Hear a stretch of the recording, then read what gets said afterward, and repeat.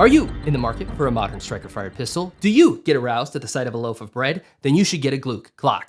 For the rest of us, consider something like this: the Arex Delta Gen 2. This is specifically the long model. They also come in a medium and an X model. It comes optic ready with all the plates that you would need for most modern red dots. Nice deep slide serrations, plenty of room for mounting a light. The trigger is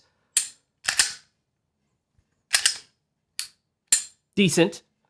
Good stippling about, ambidextrous mag release. It comes with a 17-round mag and a 19-round mag, surprise.